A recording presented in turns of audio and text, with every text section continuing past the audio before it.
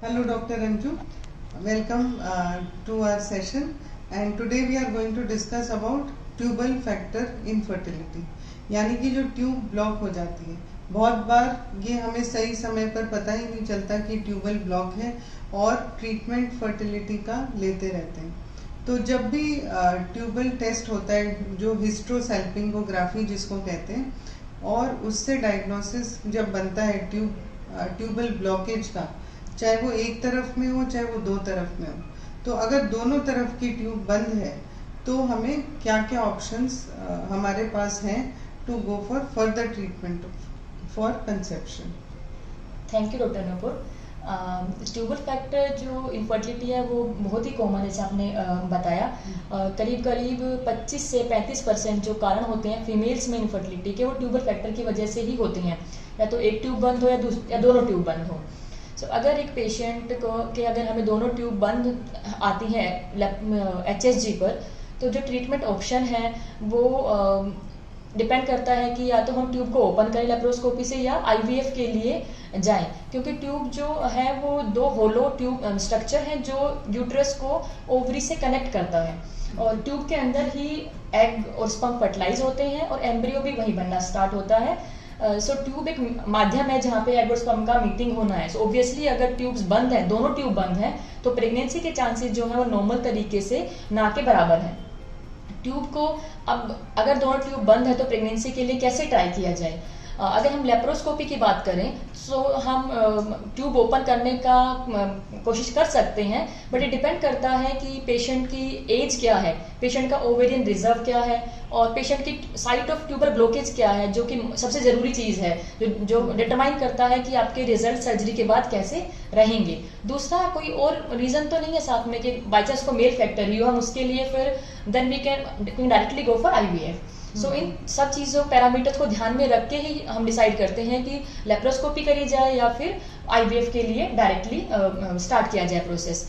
Tubal factor की अगर बात करें, अगर ट्यूब जो ब्लॉकेज है वो हमारे यूट्रस की, जहाँ से ट्यूब यूट्रस से अराइज हो रही है, जो कोर्नोलैंड बोलते हैं, वहाँ पे है, तो इस टाइप की ब्लॉकेज को ओपन करना सबसे ईजी रहता है और यहाँ पे प्रेगनेंसी के चांसेस काफ़ी अच्छे रहते हैं। अगर हम मिड ट्यूब की बात करें, ट्यूब किसी मिड वाले पोर्शन में या फिर ट्यूब के पोर्शन में जो ओवरी के पास है, वहाँ पे ट्यूब को ओपन करना लेप्रोस्कोपी के जरिए थोड़ा सा मुश्किल होता है। डिपेंड करता है कि जब लेप्रोस्कोपी कर रहे हैं तो आसपास कितने स्कार टिश्यू है। अगर बहुत सारे टिश्यू स्कारिंग बहुत सारी है, ब्लॉक बहुत ज़्यादा एरिया का है, तो रिजल्ट बहुत अच्छे नहीं होते हैं लेप्रोस्कोपी के। उन केसेस में हमें IVF की तरफ जाना चाहिए।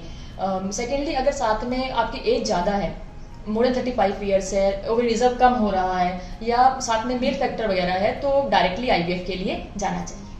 तो यदि एक ही ट्यूब ब्लॉक है तो हमें इतनी प्रोसीजर की ज़रूरत नहीं पड़ती, ज़्यादातर हम फिर भी कोशिश करते हैं नॉर्मल कंसेप्शन के लिए।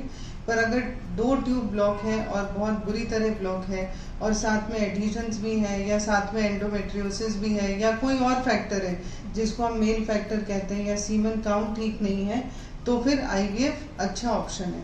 तो डॉक्टर अंजू ये बताइए कि अगर हमारा ये डिसीजन हो गया है कि ट्यूब बंद है और IVF करना पड़ता है, तो IVF का सक्सेस रेट क्या होगा?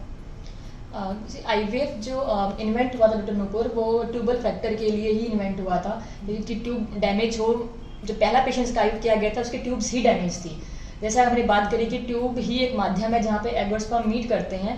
अगर वो ब्लॉक है तो नॉर्मल प्रेगनेंसी नहीं हो पाती है। IVF में हम फीमेल को इंजेक्शन लगाते हैं जिसको ओवेरियन स्टिमुलेशन बोलते हैं। एग्स ओवरी में ग्रो करना स्टार्ट करते हैं, एग्स को रिट्रीव कर लेते हैं और एग और स्पर्म को लैब के अंदर एक डिश में फर्टिलाइज करते हैं।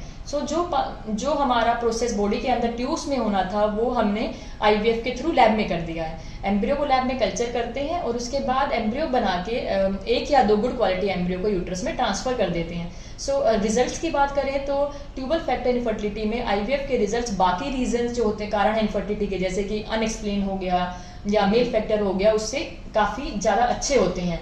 अगर पेशेंट यंग है और उसके लिए हम IVF कर रहे हैं तो चांसेस जो है एक बार में कंसीव करने के करीब से 60% तक हो जाते हैं IVF से।